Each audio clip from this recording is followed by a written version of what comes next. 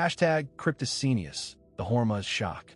Breaking news out Washington just sent shockwaves through every market that matters. Trump just ordered a full naval blockade of the Strait of Hormuz.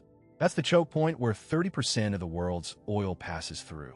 And within minutes, Bitcoin collapsed below $71,000 while oil futures exploded 7% higher on every derivatives platform trading.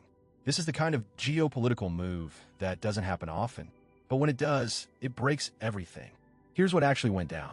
According to reports this morning, the administration issued orders for increased naval presence in the Persian Gulf, specifically targeting Iranian shipping and oil exports.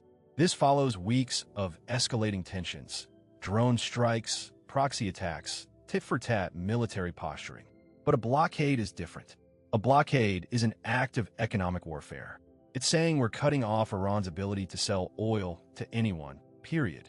The market reaction was instant and brutal. Bitcoin dumped $3,000 in under 4 hours. Ethereum followed. Basically, every risk asset got hammered because when geopolitical uncertainty spikes this hard, money runs to safety. It runs to the dollar. It runs to US treasuries. It runs away from crypto. But here's the part that should keep you up at night. Oil futures spiked 7% on the derivatives platforms. Brent crude jumped past $92 a barrel. WTI blew through 88. And that's the real story nobody's talking about yet. A Strait of Hormuz blockade means global oil supply gets constrained. It means inflation pressure comes roaring back. It means the Federal Reserve's entire inflation-fighting narrative becomes obsolete within 48 hours. You can't have a blockade of that magnitude without oil spiking. You can't have oil spiking without inflation reaccelerating. And you can't have that without the Fed being forced to hold rates higher for longer. That's why crypto crashed. It's not actually about the geopolitics directly. It's about the macroeconomic cascade. Higher rates for longer kills speculative assets. Bitcoin needs a low-rate environment to thrive. You take that away, you get $3,500 dumps in 4 hours. But the domino effects run deeper. Supply chains that depend on Gulf shipping just got more expensive overnight.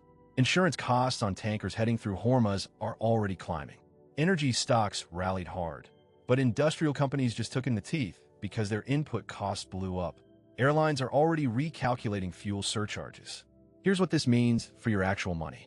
If you're holding crypto, you're in a window where geopolitical shocks can crater your position instantly. The volatility isn't done.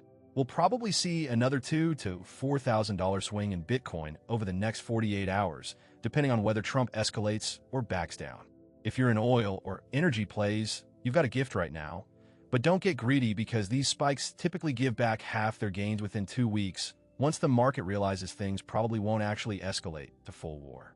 The real play is watching what the Fed does next. If they signal even slight dovishness to offset recession fears from oil spikes, crypto bounces hard.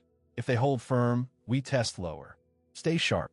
Markets are moving on news, not fundamentals, which means volatility is your only certainty. Subscribe to CryptoSenius for daily financial intelligence. We break down what moves markets before it moves your money.